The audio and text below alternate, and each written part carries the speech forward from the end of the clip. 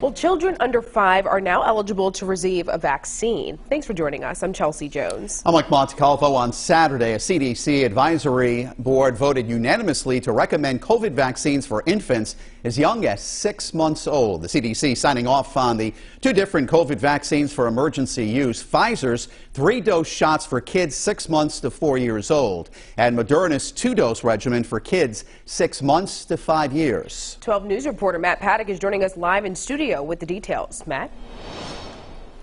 Chelsea, children in Massachusetts will be able to receive the vaccine as early as tomorrow. In Rhode Island, officials at the Department of Health say they'll be ready to roll out by next week.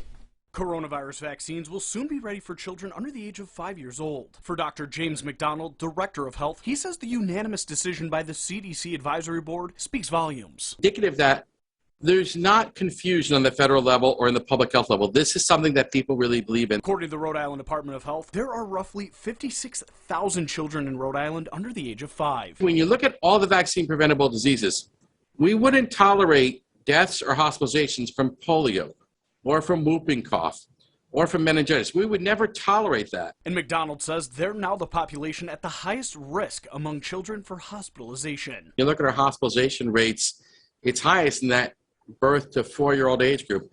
But for some of the parents we spoke with today, they had their own reservations about giving an infant the COVID vaccine. And I'm glad they're doing it. I'm glad they're giving us options.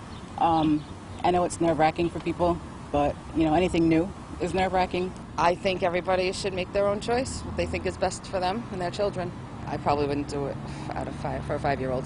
I think if it's affect us adults who there, I think the children, they're going to affect too. But Dr. McDonald says if you're unsure, speak to your pediatrician. You're asking people on Facebook you don't know or other people who aren't medical experts, you're really not asking the right person. Please talk to your pediatrician.